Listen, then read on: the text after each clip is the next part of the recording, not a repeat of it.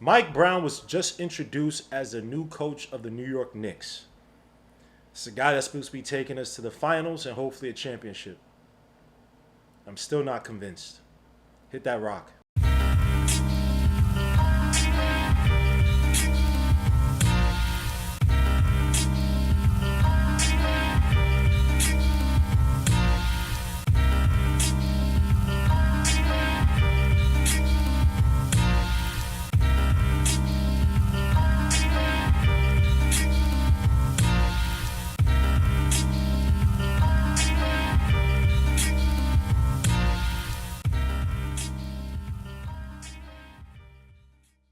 Before we get started, make sure to hit the like, subscribe to the channel. Make sure to hit the dark notification bell to get each and every notification for each and every video I put out. This your boy Gino Legion Knicks.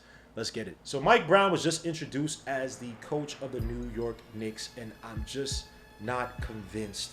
Not necessarily by what he said, but we just look at his history and the things around it. Not having assistant coaches in here yet. The preseason is about to just start up, and he mentioned things like in a meeting where he's gonna him and Leon Rose are still finding ways to bring on the assistant coaches. Obviously, James Borrego, somebody who is familiar with the offense that he ran in Sacramento, or supposed to be expected to be seen to be a strong offensive mind. He's a candidate, but things like of that nature.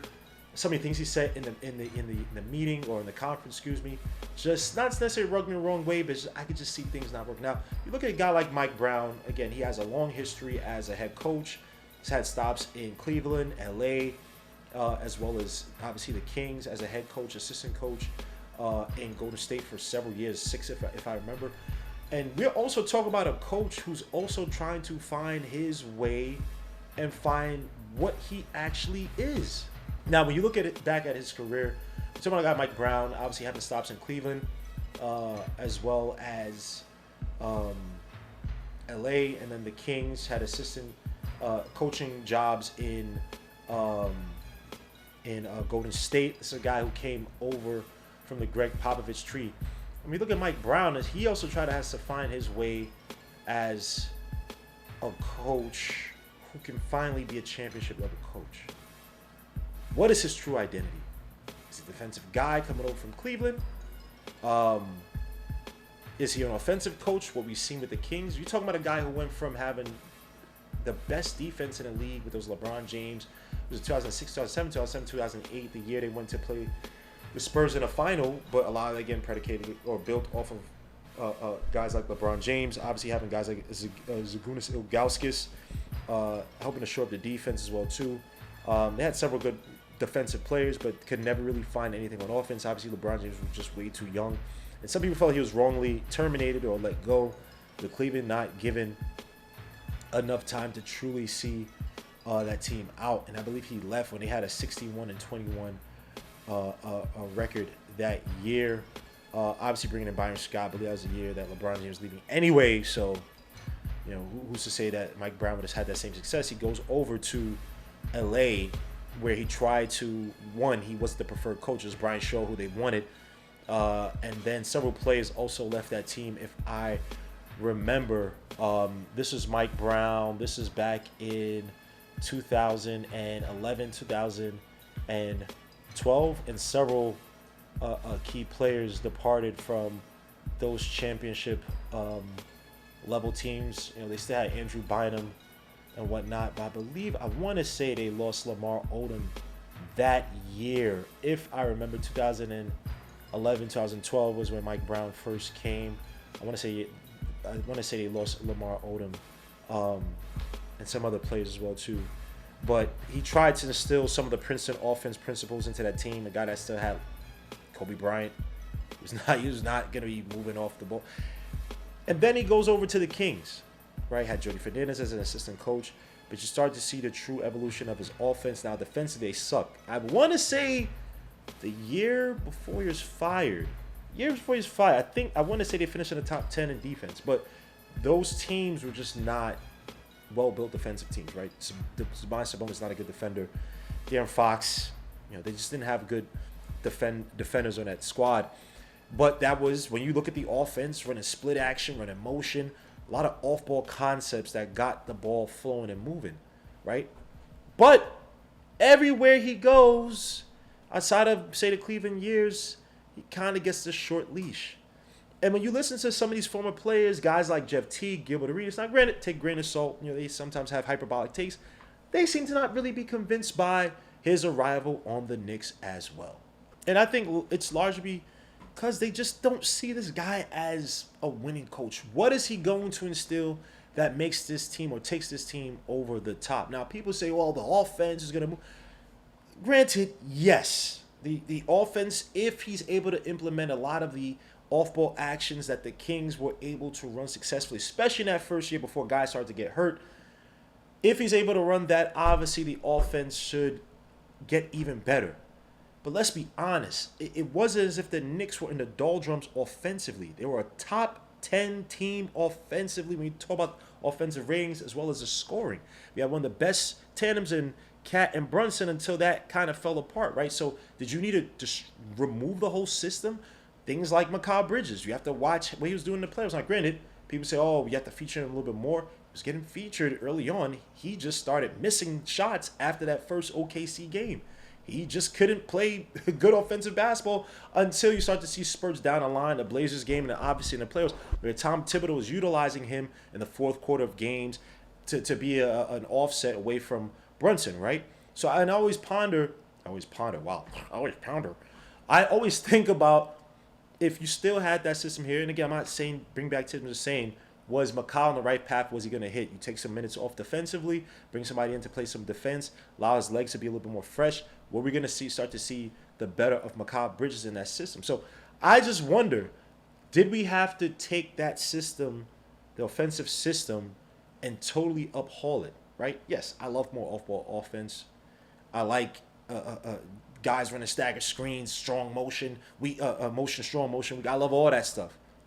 But was that the main issue? And then can you get these guys to buy in defensively?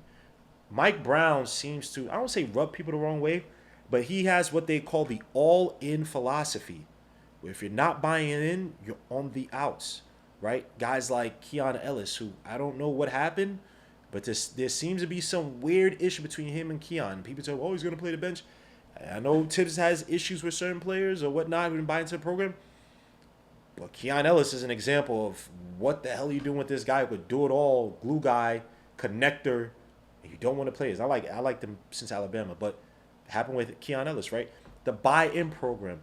How does that work with these players who, one, they all, some of these guys have some egos, right? And they just got rid of, I'm going to say got rid of, but you could say these players kind of pushed out a coach who was able to get them to buy in defensively, right?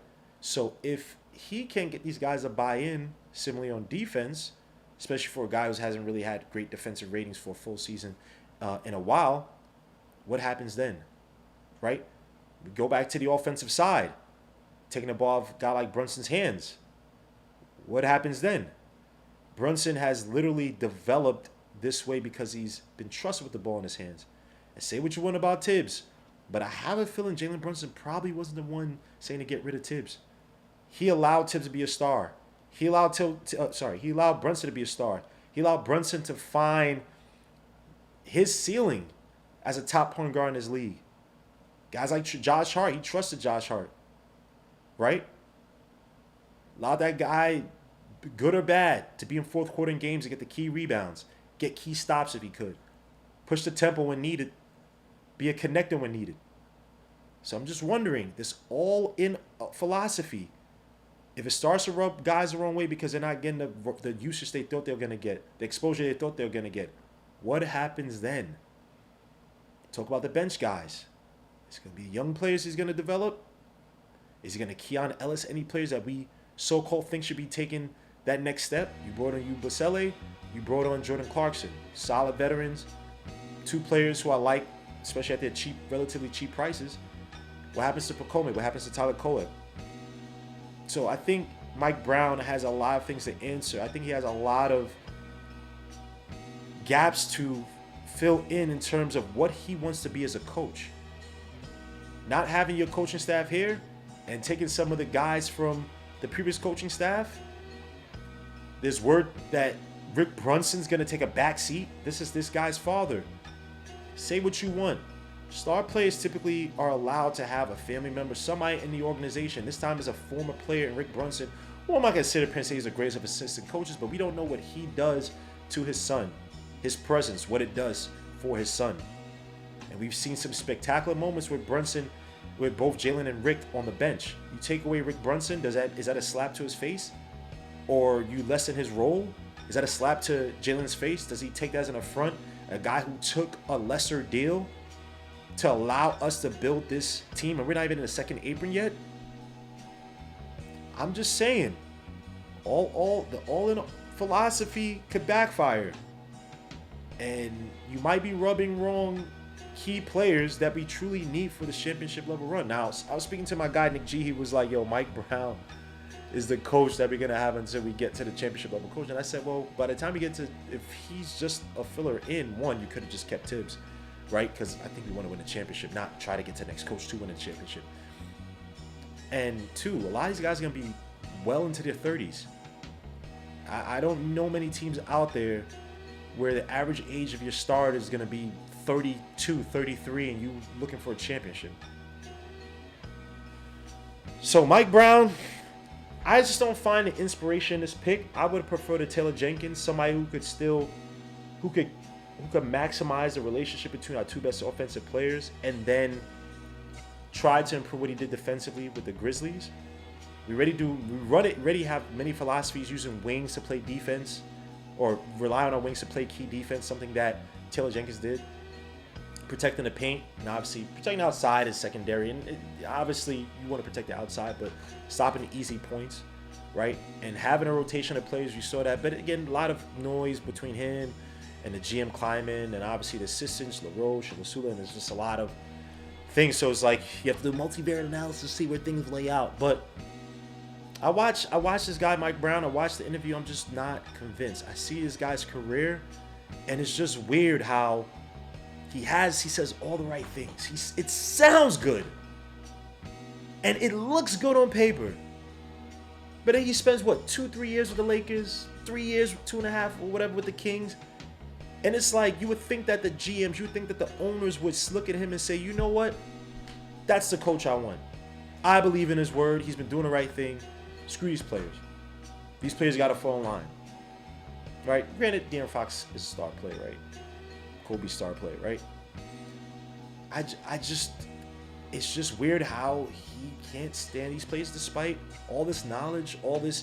They say he was in the interviews and he was so knowledgeable about the Knicks and blah, blah, blah, which is great. You should be. You should be ready as hell. It's just, why doesn't your philosophy stick? Why aren't you a mainstay anywhere? You're from the Greg Popovich tree. You're a smart guy. You seem to have rapport with players in the league, but it's like they just don't believe you. So let's go through this interview. There's some parts I want to go over, and I'm just gonna chime in and give my color on it. Open up for the questions. Coach, just your style of play that you want to play, and just what's it like kind of Jalen Brunson kind of running your team? The first thing is, everybody knows I like to play fast. And like I said, we have an outstanding roster. I'm excited about that. And to have a guy like Jalen out there gives you the versatility to play all different types of ways, which is what it's going to take throughout a course of a ball game. That's really interesting, right? So he talks about he likes to play fast, right? The Kings never really had, under his tenure, never had a pace better than 12th in the league, right? Which is still impressive, 12th, right? But and the Knicks have always been, under Tibbs, an extremely bottom rung team in terms of pace, right? But you're going to have a new offensive system coming in. Guys are going to have to get used to it, right? Now, obviously, you get cheap points off of turnovers, right? I would assume that he preached using turnovers to generate offense, something that Tibbs preached and executed in his final few, last two and a half years more so in New York.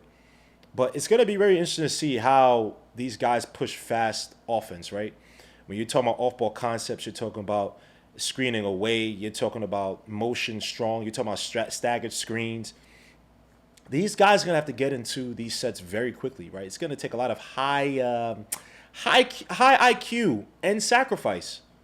Many times last year, especially in the playoffs, we saw guys like Mitch not set the screens or be at the proper place when they ran horns, especially against the Pacers, and that led to turnovers, led to just time waste off the clock. So it's going to be a very interesting learning curve for a lot of these guys. We're talking about playing with pace, which, again, he's not a top 10, top 5 pace type of coach. At least he wasn't with the Kings. But, again, an off-ball offense that's going to be predicated on guys knowing their spots, knowing what they're supposed to do in every second of an offensive possession. Another thing, too, that's very interesting, right? Talk about Jalen Brunson versatility, right? And I looked at how he utilized De'Aaron Fox. Obviously, De'Aaron Fox, before he came, was very heavy on ball. I want to say averaged 28% usage. I want to say 29% usage his year, the final year before Mike Brown came. De'Aaron Fox, that is. Then when Mike Brown came, that usage actually jumped up to 30. Then it dropped to like 29 and dipped off. And I was like 26 with the Spurs, right? Because I want to say, okay, did he take the ball off De'Aaron Fox's hand? And from what he did actually like confirmed the eye test with me, where De'Aaron Fox was just used as this absolute closer in the fourth quarter, something that I've called for, right? Where look at De'Aaron Fox's usage in a year before Mike Brown was there in all 4 quarters, right? Very even, 28% the first quarter, 28.7% the second quarter, 28.7% in the third quarter, 27% in the fourth quarter. When Mike Brown got there, usage it would go first quarter around 24%, then 27%, then 28%. This is his first year, Mike Brown's first year with De'Aaron Fox. Now, I use that because that was their best offensive year, right? This only they went to the playoffs. So first quarter, 24%, second quarter, 27% for De'Aaron Fox. Third quarter, 28-ish%. Third quarter, it jumped up to 34% in the fourth quarter, which is very interesting. He will use Brunson as his closer, right? But it's up to Brunson also to concede, move the ball around in the first quarter, second quarter, get guys involved, which I am a big proponent of. Now, we've seen with Brunson, he needs that ball. He needs to get his shot up in first quarter of games. And again, 24% is not crazy low, but you talk about star guard, it's typically below average, right? In first quarters for a lot of on-ball guards and stars in this league. So it'll be interesting to see if Jalen Brunson can acclimate, sacrifice his game for the greater good. Now, that's one aspect of Mike Brown's coach philosophy I do agree with. Get the ball to other guys, get them going, get your Malik Monks, get your Keegan Murrays, get those guys the ball so when you need them to make a big shot, fourth quarter, they're not cold. They have a rhythm to the game, right? They're getting the ball in spots. They're getting the ball in motion. They're getting the ball off of screens, short pick and rolls, curl actions. Getting the ball in good spots to make shots. The offense will be nice and warm to get into the third, fourth quarter to support you, a Brunson type, cat type. But again, trying to play fast with this team is going to take a lot of high IQ, and I'm just not sure we have the guns for that for some of our key players. Cat. Hey, Mike, Ian Bagley, SMY, nice to meet you. A pleasure. I know you said there's a lot of work to do. Yeah. I'm sure a lot of that is looking at this team and what they can do and what you may or may not change.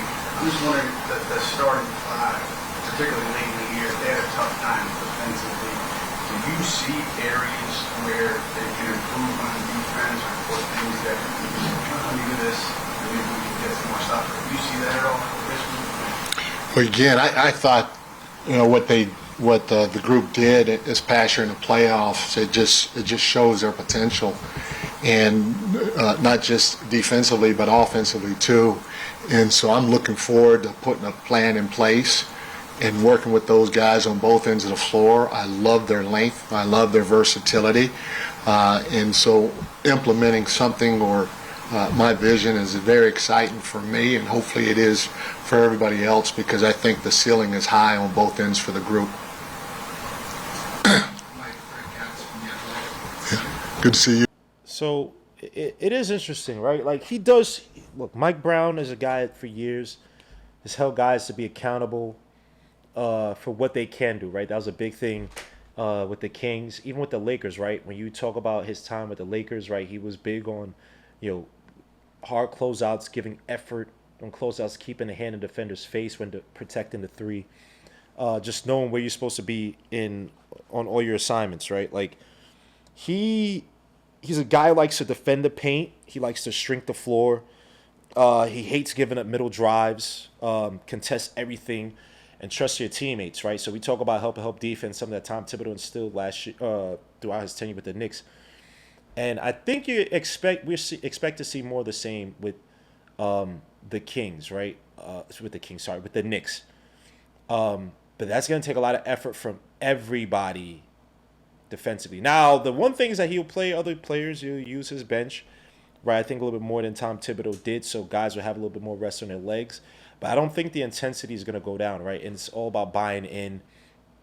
And it's up to these guys, too, right? You haven't won a championship yet, right? But we'll see, man. There's a lot of parts about his philosophy that takes guys buying in.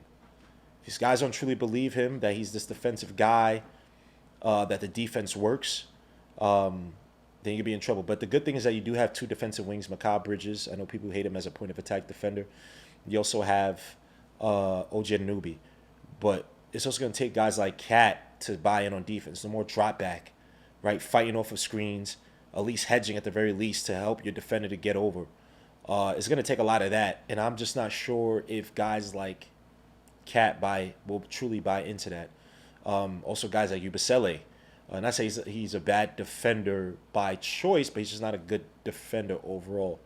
So it's going to take a lot of effort, and I do wonder where he's going to show more intensity, more focus on the defensive end or offensive end, because you have the pieces offensively that you don't have to have a uberly intricate, complex offense and get to number one offensively. I still think it's more on the defensive side. But again, versatility, length, pause in terms of your wings does help. Having the profile here, something that I don't think he really had with the Kings in terms of he didn't really have these lengthy wings who could defend and close out. He didn't really have the personnel for that. So sometimes it's who you have. It's sometimes the guns that you got that allow you to either fight a battle or fight a war, right? So we'll see. Maybe his defensive philosophies do hit with this team, especially if he can manage the substitutions and roster a little bit better. And if it doesn't, we're going to be in some big trouble. First few days of getting a new job, like how soon are you talking to players? How soon are you trying to finalize your staff? Can you just take us through that process of the moment you knew you would come here to... Yo, son looks like a principal. Yo, this man looks like a principal of like a 90s sitcom, son. He reminds me of a principal I had in elementary school. He was a Trini dude, but he had like the same stature. You felt like he was cool, but there was something about it that make you trust him, man. I remember that principal told, he's a vice principal actually, who told my mom, because this girl, I think her name was Sheila, that brought condoms from her brother's room and just showed them to me. It was like, oh, yo, I got condoms. Like, we didn't know. We didn't know the hell condoms were about. And then gave me one, and then this dude, Justin, with dreads, dude used to smell too, ratted me out. Or not ratted me, but told everybody had a condom. And I remember the principal came up to me. He was like, oh, I'm not going to tell your mother. He told my mom. And that was one of the craziest times. My mom didn't beat my ass. But, yeah, he just reminds you of that. He has that principal. Today, I guess. Yeah, you know, it's a lot of that. You want to reach out to all your players. You want to start that line of communication going, because at the end of the day, again, I go back to, this is what you guys do. It's about relationships, and those relationships are some of the most important relationships that I'm going to have going forward. And so touching base with them, getting that process going, and then, you know, I want to be collaborative. I want to form that partnership with Leon. Again, I'm excited to do that with him. And so he and I, we just started, you know, sitting down and talking about different ways to formulate a staff. So that's going to be a process that's ongoing, and who knows how long it will take.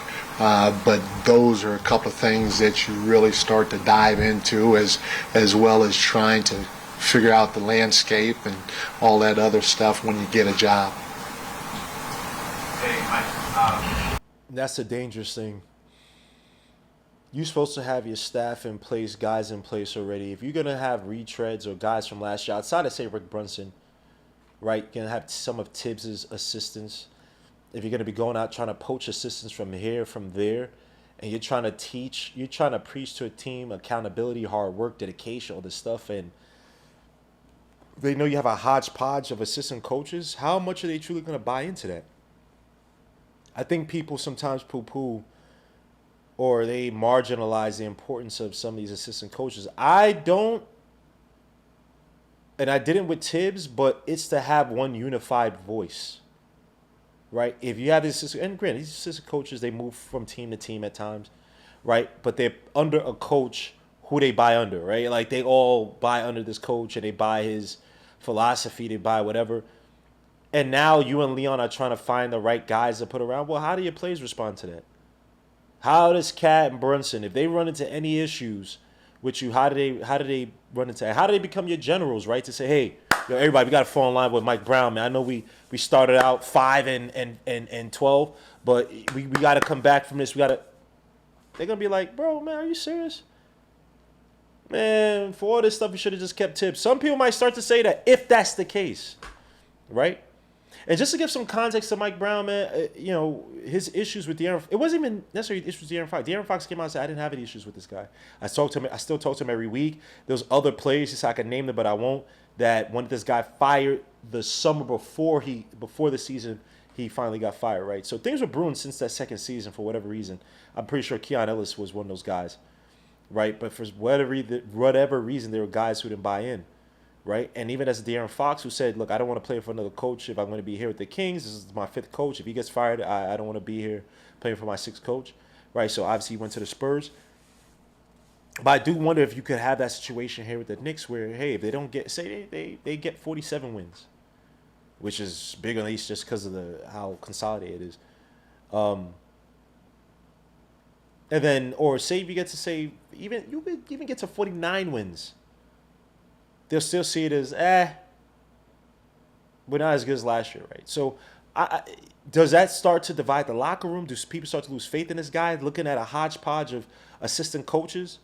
Do some of the assistant coaches start tripping? I doubt assistant coaches are going to start tripping. But, you just have these questions running through your head. The fact that you don't have a coaching staff in place and the summer league is coming up.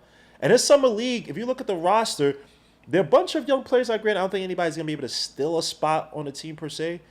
I think was it Diawara and I forget what else they have their assigned spots, but and Najee, right? I think. But somebody could surprise, right? These are all Westchester guys, but somebody could surprise, and it could be a call up that they expect, or it could be on a back burner as the season progresses, right? Hopefully, knock on wood, they don't need it because that means its team is probably doing bad. But say there is an injury, somebody could come and fill in. But where's your assistant coaches? Where's that next guy? That next voice, your number 2, to sit up there at the summer league, or maybe number 3 to sit at the summer league and watch some of these young players and evaluate some of these young talents. They got a whole bunch of guys in the summer league, Dink Pate and all these other guys who were scorers, were creators on other teams overseas and college. It'd be nice to have an eye that can look at it and say, you know what, we could use that. We could use this player. Let me keep an eye on him. Let's develop this guy in Westchester. We don't have that. So this is, again, was Mike Brown the first choice? I'm pretty sure it was Jason Kidd. Was he the second? Was he even the third? I talking about I don't know. This is a little upsetting. So what are my final thoughts, man? Like I said, I'm just still not convinced this is the so-called championship level coach. I think Mike Brown is a fine coach for a team that's on their way to developing something that's going to become playoff bound and whatnot. But championship level coach, you don't have your coaching staff here. You're probably going to implement some things offensively that might be, not necessarily I don't want it, but it might be too much for certain players, key players on this team to truly adjust to. Does Jalen Brunson buy into the De'Aaron Fox paradigm that first year with the Kings? Lessen your usage early in games and then become a fourth quarter dynamo, more pick and roll action, DHO action with a Karl-Anthony Towns. It worked with De'Aaron Fox, but he had the speed element, right? Does that work with Cat? Does Cat buy into that? Can he stay in the pinch and be that sentry like Sabonis was? Physical to the basket, attack when need be, but possibly not even having a point in the fourth quarter because you're facilitating and finding other players. These guys buy in defensively. There's a lot of defensively on his plate, right? You talk about his so-called 5 pillars, something that he's been preaching with the Lakers, right? Hard closeouts, defend with your hands up, protect the paint, accountability. And obviously, these are all things you love. You love for any team. I'm just not sure that this guy has the cachet to truly get these guys to buy in, especially when these guys are expecting a championship. And when I look at what this team needed, I don't think it was necessarily a whole new infrastructure. There were tweaks here and there. Should have made Tibbs have a come-to-Jesus moment and say, hey, look, man, I need you to buy in. I need you to use more of these plays. I need you. Look, and when Mikal Bridges complained, it worked. Mikal didn't get less minutes. Mikal didn't get benched for what he said about using subs or whatnot. I just wonder if there was a happy medium to be had. But we move on from Tibbs. We're on to Mike Brown now, right? Can Mike Brown get these guys to buy in? I'm just not sure. Just not sure, especially you don't have a coaching staff yet here. And Mike Brown always talks a good one, but for some reason, these organizations don't buy in long term. Now, Cavaliers, a different issue. You had LeBron James there. But after LeBron left, Mike Brown was gone. It would have been nice to see, okay, what can he do without a LeBron James-led team? Can he give me at least 33 wins, 38 wins, 40 wins even? I just don't. I'm hoping he can do well. I never poo-poo and say I don't have the same Fizdale feelings because I did not want Fizdale here whatsoever. No offense to Fizdale, but I just think that this situation might be too grand for your third, fourth choice to come in. And he doesn't have all his horses. He doesn't have all his men in place, and he's trying to instill some changes. He's going to have to find the right starting roster, tinker with it when need be, have the trust of these guys, develop some of the younger players, effectively find the right rotations from the bench. Maximize Cat, whatever the hell that means. Find a happy medium with Jalen Brunson, especially if you lessen his father's role. Make Mikal Bridges more effective. I don't know how you can make a guy more effective when he's just missing shots, and that's my son. But does Josh Hart go to the bench? Is he no longer a starting forward for you in these rotations? I don't know, man. But let me know your thoughts. Let me know what you think about Mike Brown, man. I could easily see this being a 47-win team. I think we might take a dip this year because there's just so much you have to buy into and change up. But also it could be a 50. It could be a high 50. It could be a mid 50s team, 50-win team as well too. Just given the fact that so many of the top teams in the East are weak. You do have some teams that are going to be starting to bark. The Atlanta Hawks with some of the acquisitions. You also have the Orlando Magic. I think it's going to be dangerous, especially now with Desmond Bane. Paolo Banchero, that guy is scary. I saw what he did in the playoffs. He almost carried that team. If they could make a few threes, they could have gotten that to Game 7 against the Celtics if these guys could hit a few threes, right? And obviously, guys like, Detroit's going to be trying to come after our heads, even though they lost Malik Beasley and Schroeder are gone, so they might take a big dip as well, too. The 76ers, they got some young players. VJ Edgecombe, I like him. And Tyrese Maxey, that's my son. But the East is somewhat open, so it's weird. This team could easily be a 47-win team. This team could easily be a 53-win team. But it all depends on how quick these guys buy in on both ends of the floor. So we'll see. Let me know your thoughts, your comments. Your boy G. Legion Knicks. I appreciate you, man. Peace, salute. God bless. I'll catch you guys on the next one.